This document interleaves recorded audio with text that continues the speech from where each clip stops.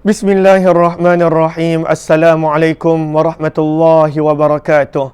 Bismillah, alhamdulillah, wassalatu wassalamu ala habibillah Sayyidina Muhammad ibn Abdillah wa ala alihi wa sahbihi wa mawala.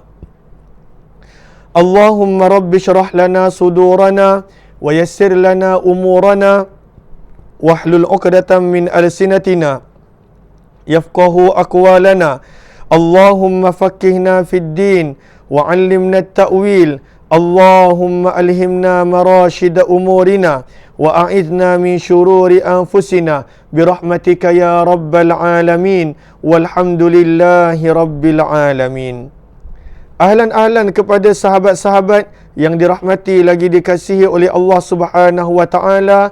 Ahlan kepada semua. Lalu moga-moga pertemuan ini adalah pertemuan yang bermanfaat, pertemuan yang mendatangkan kebaikan.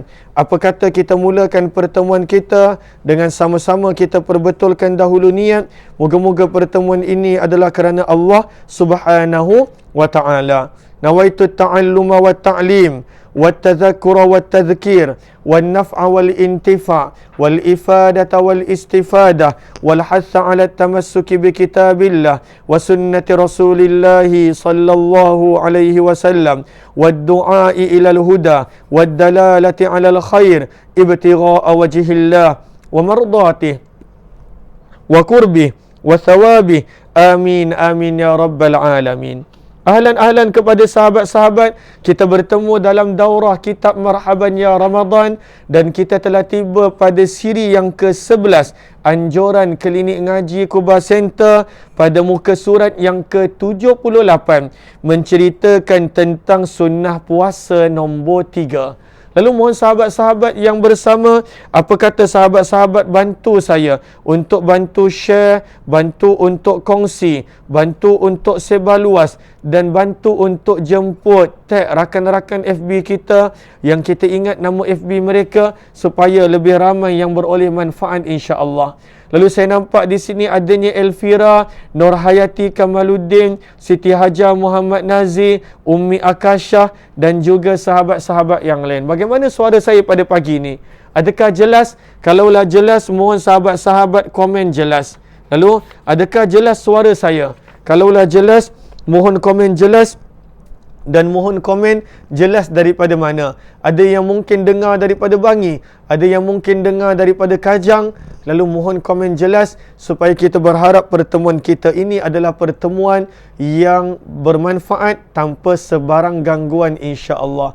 Ahlan Rafidah Abdul Razak, Ummi Akashah. Jom kita mula lihat muka surat yang ke-78. Saya dimaklumkan kebanyakan sahabat-sahabat telah ada buku dan kitab ini. Muka surat yang ke-78. Maka di sini kata penulis buku, apa kata beliau? Kita sedang belajar tentang perkara-perkara yang sunnah dalam puasa. Lalu ada yang jawab jelas daripada Seri Kembangan. Terima kasih Ummi Akashah. Bagaimana yang lain? Ada yang dengar daripada Johor, Masya Allah, Nur Hayati Kamaluddin. Lalu bagaimana yang lain? Ahlan Siti Hajar daripada Kajang. Terima kasih. Lalu Alhamdulillah kebanyakannya adalah jelas. Dan ada yang dengar daripada Thailand. Terima kasih ke Asamtullah Raini. Daripada Thailand pun jelas. Alhamdulillah. Lalu, kalaulah daripada pelbagai tempat dan dah jelas, kalaulah ada yang tak jelas, mohon keluar dan masuk semula. Kerana mungkin bukan disebabkan masalah daripada internet saya dan moga Allah permudahkan. Terima kasih kepada sahabat-sahabat yang memberi maklum balas. Mohon sahabat kepada yang baru join untuk bantu share dan juga kongsikan. Lalu kita sedang membaca kitab Marhaban Ya Ramadan, anjuran klinik ngaji Kuba Center, dan tiba pada muka surat 78 yang menceritakan tentang sunnah-sunnah puasa. Kalaulah kita kembali semula beberapa muka surat sebelum itu, maka kita telah belajar dua daripada sunnah-sunnah puasa. Yang pertama adalah bagaimana digalakkan untuk segerakan berbuka. Digalakkan segera berbuka. Janganlah waktu itu daripada mana kita belajar, bila masuk azan kita nak solat dulu. Tak apa, dahulukan yang fardu. Buka puasa tu sunat. Kita solat dulu, fardu dulu. Buka puasa nanti lepas solat. Tak, itu tak sunnah. So, walaupun berbuka puasa itu adalah pada waktu itu nampak biasa berbanding dengan solat fardu maghrib, tetapi menyegerakan ianya adalah sunnah Nabi sallallahu alaihi wasallam. Maka kena segerakan berpuasa. Yang kedua adalah kena makan sahur. Kena makan sahur. Jangan kita kata, saya tak ada masalah, saya ni kalau tak makan pun boleh puasa 2 hari. Jangan. Makan walaupun sedikit, kerana makan sahur itu adalah sunnah daripada sunnah puasa. Lalu kita tiba pada perkara-perkara sunnah yang dalam berpuasa nombor 3. Apakah nombor 3? Biasakan memberi makan. Biasa memberi makan. Kerana bulan Ramadan adalah syahrul muasah, bulan untuk tolong menolong. Biasakan memberi makan. Sebab itu penulis buku membawakan sunnah yang ketiga. Apakah sunnah yang ketiga? Memberi makan orang yang berpuasa. Mohon sahabat-sahabat catat di ruang komen, kalau supaya orang yang tak ada buku pun boleh mendapat manfaat dan boleh take note. Apakah nombor 3? Memberi makan orang yang berpuasa meskipun hanya dengan sebiji kurma. Janganlah kadang-kala kita ada masalah, kita nak bagi makan makanan yang mahal je. Sebiji kuih malu nak bagi. Nabi kata jangan bagi makan orang yang berbuka. Waktu berbuka tu waktu bagi. Sebab itu kalaulah kita tengok suasana kampung-kampung dulu, dia bagi walaupun sebiji kuih. Separuh kuih pun tak apa. Buat apa nak malu? Separuh kuih itu kalaulah dimakan kita dapat pahala dia berpuasa. Maka sebab itu nombor 3 apakah dia? Memberi makan orang yang berpuasa meskipun hanya sebiji kurma. Tak ada apa-apa nak bagi ni, hanya ada kurma. Bagilah sebiji kurma.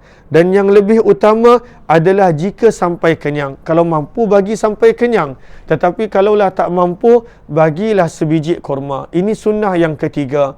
Daripada sini kita nampak betapa sangat-sangat ditekankan memberi makan waktu orang berbuka puasa. Waktu makan. Kalaulah boleh, afdalnya bagi sampai dia kenyang. Tapi jangan pula sampai membazir. Kadang-kala terlalu banyak bagi sampai membazir. Itu pun tak bagus. Bagi sampai kenyang. Dan yang keduanya, kalaulah tak mampu, bagilah sekurang-kurangnya sebiji kurma. Ini yang ketiga. Dan kena bagi. Sebab itu, apa yang dilakukan waktu Ramadan di kampung-kampung dahulu sangat bagus. Dia bertukar juadah. Dia bukannya sekadar nak dapatkan balasan daripada juadah jiran-jiran dia, tidak. Dia bagi pada waktu itu juadah kerana dia nak, kalaulah orang tu rasa kuih dia, makanan dia, dia dapat pahala puasa orang tersebut. Sebab itulah disebutkan di sini, Nabi SAW menjelaskan kepentingan sunnah yang ketiga ini. Dalam hadis baginda, sabda Nabi SAW, apakah ganjaran bagi makan orang berbuka puasa? Sabda Nabi, man fattara sa'ima kana lahu itqu raqabah wa maghfirah li dhunubih. Riwayat daripada Umdatul Qari. Riwayat yang pertama, sabda Nabi, barang siapa yang memberi makan dalam kurungan ataupun minum kepada orang yang akan berbuka puasa, maka dia akan mendapat yang pertama, pahala sebagaimana pahala orang yang memerdekakan hamba. Budak di situ maksudnya hamba. Macam mana besarnya pahala bagi kemerdekaan kepada seorang yang hamba, merdekakan dia kerana Allah. Maka sangat besar pahala. Kita bagi dia hidup dengan bebas, sangat besar pahala. Maka dia akan dapat pahala itu bila dia bagi makan ataupun minum orang yang berbuka puasa. Dan yang kedua, dan akan menjadi sebab dihapuskan dosa-dosanya. Daripada riwayat ini, 2 kelebihan dia. Apakah 2 kelebihan riwayat ini? Iaitu dia mendapat pahala seolah-olah memerdekakan hamba, diampunkan dosa-dosanya. Hadis riwayat Umdatul Qari. Riwayat yang kedua, itu maksudnya daripada situ Nabi sebut bagi makan. Lalu tak disebut berapa banyak. Sebab itu kita nampak di sini, walaupun bagi makan seteguk air, walaupun sebiji kurma, dia akan dapat 2 pahala tadi. Pahala memerdekakan hamba, dan yang kedua adalah pahala pada waktu itu diampunkan dosa-dosa. Tapi kalaulah dia bagi makan sampai kenyang, dia bagi makan. Dia kata, Pak Cik security, kan rumah kita ada security. Pak Cik security, esok jangan terima daripada orang lain, esok saya bagi makan. Lagi bagus, untuk sebulan ni saya bagi makan. Kalaulah kita susah sangat nak cari orang, security rumah kita, ataupun contohnya orang-orang yang dekat dengan kita.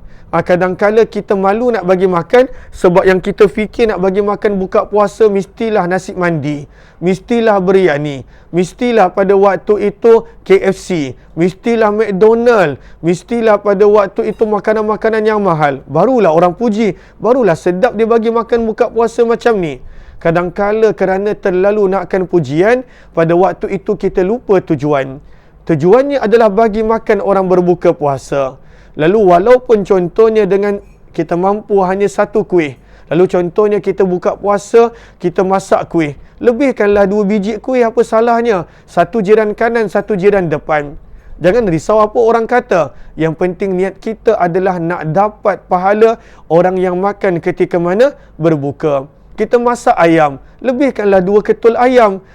Kalau boleh, jangan letak dalam bekas. Nanti jiran tu rasa berat, dia nak pulangkan balik bekas. Letak je dalam plastik, ataupun letak sahaja dalam bekas yang tak perlu dipulangkan balik, supaya dia tak rasa berat. Kadang-kala bila kita bagi terlalu banyak, contohnya kita bagi dalam bekas yang fancy, membebankan pula jiran untuk dipulangkan balik. Lalu dia segan. Waktu Ramadan setiap hari kita hantar dalam bekas, nanti bekas tu dia pulangkan kosong, dia malu.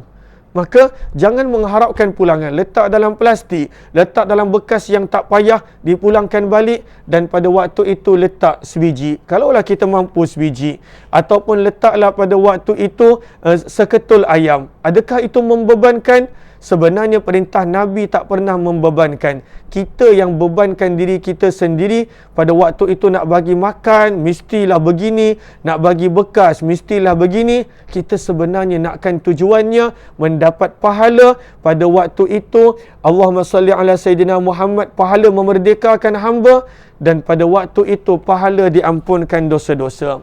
Tetapi kalaulah dia bagi makan sampai kenyang, apakah ganjaran dia? Sabda Nabi SAW, "Waman ashba'a sa'ima kana lahu maghfirah li dhunubihi wa saqahu Allahu min haudi syarbah la yasma'u hatta yadkhulal jannah wa kana lahu mithlu ajrihi min ghairi an yanqusa min ajrihi syai'a." Kalaulah dia bagi makan sampai kenyang, maka pada waktu itu apakah ganjaran dia? Maka sabda Nabi SAW, dan barang siapa yang memberi makan kepada orang yang berpuasa sampai kenyang. Adakah susah nak bagi makan sampai kenyang? Tak susah. Berapa banyak kos nak masak nasi? Berapa banyak kos pada waktu itu pada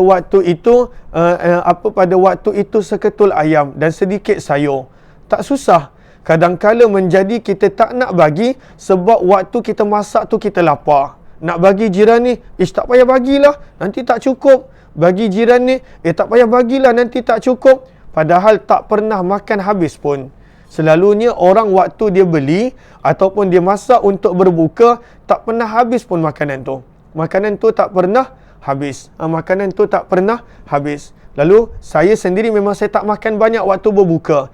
Saya makan banyak lepas dah habis semua kelas pada lewat malam. Sebab saya jadi imam. Lalu saya memang tak pernah makan banyak. Lalu tak ada isu pun pada waktu itu makan tak boleh bagi pada jiran. Bagi kerana tak pernah habis pun. Buat apa nak simpan?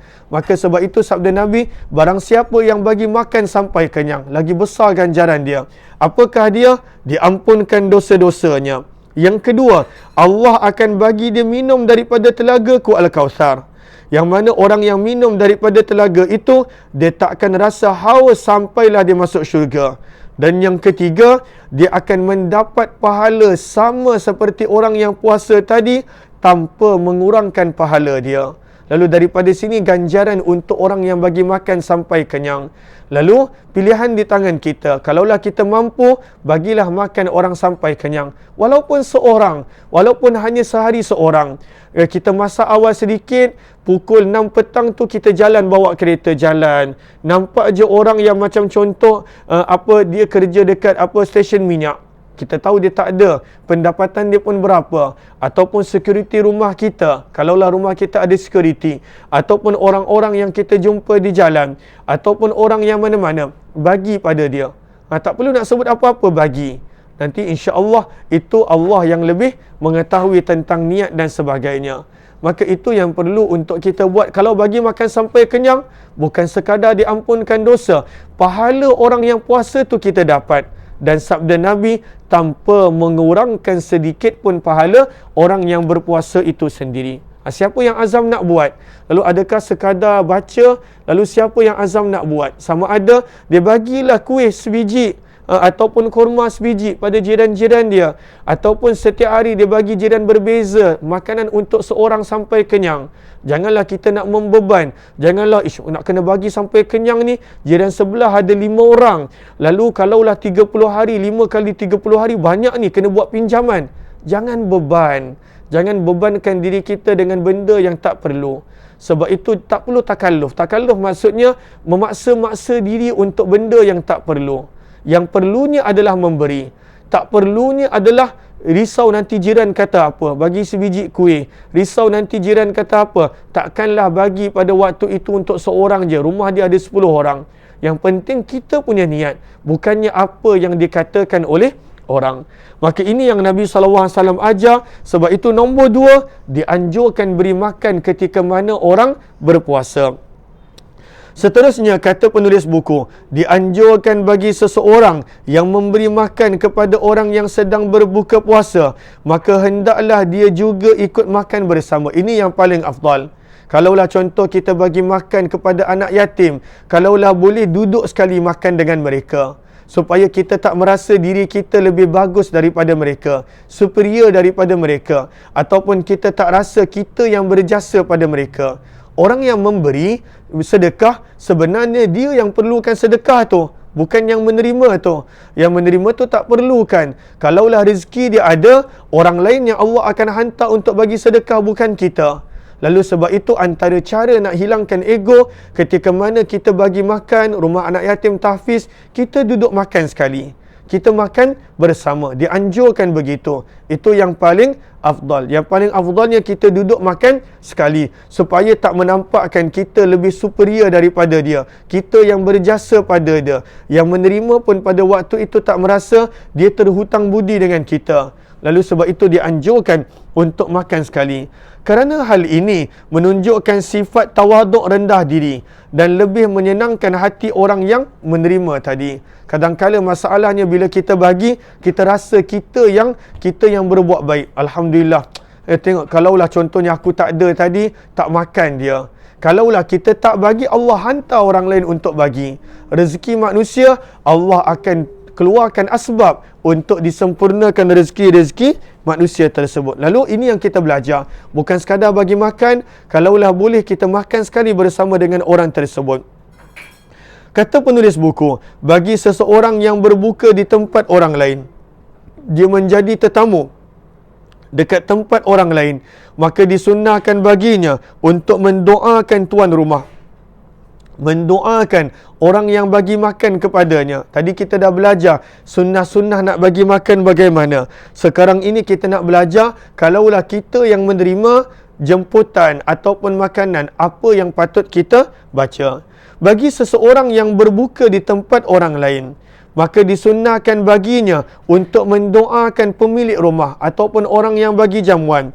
Antara doa-doa yang digalakkan untuk baca adalah doa berikut. Jom sama-sama sahabat baca. Lalu, walaupun saya tak boleh mendengar, jom sama-sama sahabat baca. Akala. Sama-sama ikut. Ada tak yang ikut ni? Ataupun tak ada yang ikut? Lalu jom sama-sama kita baca. Akala ta'ama kumul abrar wa sallat alaikumul malaikah al-akhyar wa aftara indakumus saimun. Okey, itu doa dia, pendek je. Lagi sekali kita baca. Mana tahu ada yang baca 2 kali terus hafal. Akala ta'amakumul abrar wa sallat alaikumul malaikatul akhyar wa aftara indakumus saimun. Maka ini doa dia. Bila kita dapat makanan daripada orang, kita doakan untuk orang tersebut. Bila kita dapat jemputan, kita doakan untuk orang tersebut. Apakah terjemahan dia? Akala ta'amakumul abrar, telah makan dengan makananmu golongan orang-orang yang berbakti, orang yang baik. Wasallat alaikumul malaikatul akhyar, dan semoga malaikat berselawat untukmu dan mendoakan untukmu. Wa aftara indakumus saimun, dan telah berbuka di rumahmu orang-orang yang berpuasa. Lalu ini doa dia. Satu, Nabi penulis buku ni dan daripada Nabi ajar kepada kita cara pada waktu itu nak bagi makan orang berbuka puasa. Walaupun sebiji kurma, sebaik-baiknya sampai kenyang. Kalau kita hantar ke rumah anak yatim, tahfiz dan sebagainya, sebaik-baiknya kita makan bersama supaya lahirnya sifat tawaduk, bukannya supaya kita ada sifat yang kita yang memberi kita lebih baik daripadanya. Tetapi kalaulah kita pula yang menerima, Nabi ajar juga untuk kita mendoakan untuk orang yang memberi tadi. Itulah indahnya Islam. Itulah indahnya Islam. Lalu Norizita Arifin kata, kongsikan doa ni di grupnya. Doa ni ada dalam buku. Adakah yang tak ada buku? Lalu buku Marhaban Ya Ramadan. Ada dalam buku Marhaban Ya Ramadan. Dan kebanyakan daripada sahabat-sahabat rasanya dah ada buku ini. Tapi kalau tak ada, nanti Al-Fadhil Ustaz Fahmi akan kongsikan. Okey. Apakah perkara sunnah yang seterusnya? Mandi wajib sebelum subuh. Itu sunat. Bererti, kalaulah pada malam tu dia ada hadas besar dan datangnya subuh, pada waktu itu dia belum mandi, tidak membatalkan puasa. Tidak membatalkan puasa. Lalu terima kasih kepada sahabat-sahabat yang kata ikut baca. Terima kasih yang ikut baca tadi. Mudah-mudahan dah hafal. Mana tahu ada yang mungkin kuat ingatan, baca terus ingat. Okey. Allahumma salli ala Sayyidina Muhammad. Lalu yang keempat adalah mandi daripada hadas besar sebelum fajar. Sunat. Kalaulah sunat bererti, kalaulah ada seseorang itu pada waktu ketika mana datangnya subuh, dia tak sempat mandi. Pada waktu itu dia ada hadas besar, maka tak batal puasanya. Kerana ianya adalah sunnah yang patut dilakukan. Yang keempat, mandi daripada janabah sebelum fajar. Maka disebutkan di sini, kata penulis buku, muka surat 80, iaitu dengan tujuan, mandi dengan tujuan agar dapat menunaikan ibadah puasa dalam keadaan suci sepenuhnya. Namun, kalaulah dia tak mandi, adakah batal puasanya? Untuk yang tak ada buku, ahlan-ahlan, nanti Ustaz Fahmi sharekan. Dan jika tidak mandi sebelum fajar, maksudnya dah fajar dia tak mandi lagi, maka hukum puasanya tetap sah. Tetap sah. Ini selalu orang tanya, apa hukum bila dalam Ramadan, pada waktu itu dia ada hadas besar, dia tak sempat mandi, dah azan. Adakah batal puasanya? Tak batal. Puasanya sah. Hukum itu adalah sunnah yang patut untuk dijaga. Okey. Lalu kalaulah pada waktu itu tidak mandi sebelum fajar, mandi besar, hadas besar, maka hukum puasanya tetap sah. Hal ini menurut pendapat yang kuat dalam mazhab Imam Syafi'i. Apakah dalil kalaulah masuknya waktu subuh belum mandi hadas besar masih lagi boleh puasa? Dalilnya berdasarkan hadis yang diriwayatkan oleh Ummul Mukminin Sayyidatuna Aisyah radhiyallahu taala anha dan juga Sayyidatuna Ummu Salamah radhiyallahu taala anha. Keduanya meriwayatkan, hadis riwayat Bukhari, anna Rasulullah sallallahu alaihi wasallam kana yudrikuhul fajar wa huwa junubun min ahli thumma yaghtasil wa yasum. Apakah artinya? Sesungguhnya Nabi sallallahu alaihi wasallam datang pada waktu fajar sedangkan baginda masih lagi dalam keadaan janabah daripada hubungan badan. Maksudnya bersetubuh. Nabi masih lagi dalam hadas besar dengan isteri baginda. Kemudian baginda mandi dan berpuasa. Lalu walaupun waktu subuh, Nabi masih lagi dalam hadas belum mandi. Dah azan, dah masuk waktu fajar. Menunjukkan pada waktu itu junub ataupun hadas besar tidak membatalkan puasa walaupun ketika mana dah masuknya pada waktu subuh. Ada pendapat yang mengatakan tak boleh Maka kata penulis buku, Allahumma salli ala Sayyidina Muhammad, sedangkan menurut pendapat Sayyiduna Abu Hurairah, hukum mandi daripada janabah sebelum fajar adalah wajib. Dia pun ada dalilnya, namun pendapat ini bukanlah pendapat yang kuat. Apakah dalil wajib mandi hadas besar sebelum subuh? Sabda Nabi SAW, man asbaha junuba fala saumalah. Barang siapa yang pada pagi harinya, pada waktu subuh, masih dalam keadaan janabah, kemudian dia berpuasa, maka tidak sah puasanya. Namun telah diberikan jawapan untuk riwayat tersebut, maka sebenarnya sah dan sekadar sunat sebelum subuh untuk dimandi daripada hadas besar. Maka inilah yang keempat.